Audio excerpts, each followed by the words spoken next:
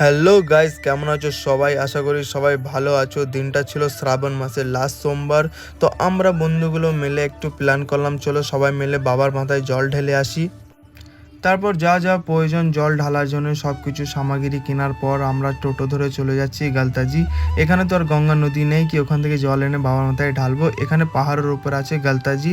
জয়পুরের সমস্ত লোক এই গালতাজি থেকে স্নান করে জল নিয়ে চলে যায় বাবার মাথা ঢালার জন্য। তো আজকে ছিল লাস্ট সোমবার আর আজকে প্রচণ্ড ভিড় ছিল এখানে। এই জায়গা থেকে সবাই স্নান করে জল নিয়ে চলে যায় বাবার মাথা ঢালার জন্য। আর এখানে পুলিশের ব্যবস্থা দিয়েছিল আর চেন দিয়ে ঘিরে দিয়েছে জায়গাটা, কারণ আগের বছরে দুটো লোক এখানে ডুবে মারা গেছিল। স্নান করে আমরা সবাই জল নিয়ে বেরিয়ে পড়েছি মন্দিরের দিকে। তো এইখান থেকে পুরো জয়পুর শহরটা দেখা যাচ্ছে, হেভি সুন্দর লাগছে, হেভি সুন্দর একটা ভিউ। এই জায়গাটা সবাই আস্তে আস্তে নামছিল, সেই কারণে আমিও আস্তে আস্তে নামছি, কারণ এখানে বাবার ভক্তরা ডিজে লাগিয়ে নাচছে আর ওইখানে জল পড়ে পড়ে জায়গাটা প্রচুর স্লিপ হয়ে গেছিলো। এই দেখো, দেখতে দেখতে আমরা পাহাড়ের উপর থেকে নেমে পড়েছি। নেমে এবার হাঁটতে স্টার্ট করে দিয়েছি। এখান থেকে একটুখানি দূর তারকেশ্বর মন্দির, খুব জোর 15 কিলোমিটার হবে।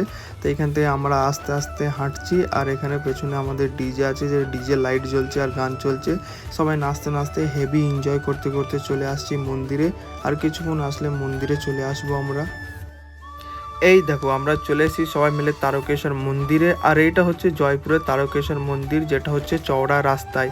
তো এইখানটায় আস্তে আস্তে লাইন বাড়ছিল, ভিড় বাড়ছিল। তো এইখানে আমার জল ঢালা কমপ্লিট, বাট আমার ভিডিও কেউ করে দেয়নি। এই কারণে আমি একটা ভিডিও ক্লিপ নিচ্ছি দেখানোর জন্য কেমন করে সবাই জল ঢালছে। এইটা হচ্ছে তারকেশ্বর মন্দির।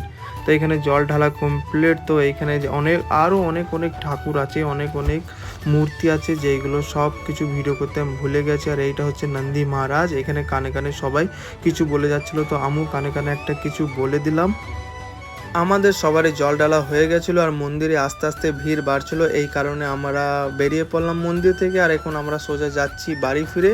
আর আমার পেছনে যে গেটটা হচ্ছে, এটা হচ্ছে জয়পুরের তিরপলিয়া গেট। তো আজকে ব্লগটা এই পর্যন্ত। তোমরা চ্যানেলটাকে সাবস্ক্রাইব করো।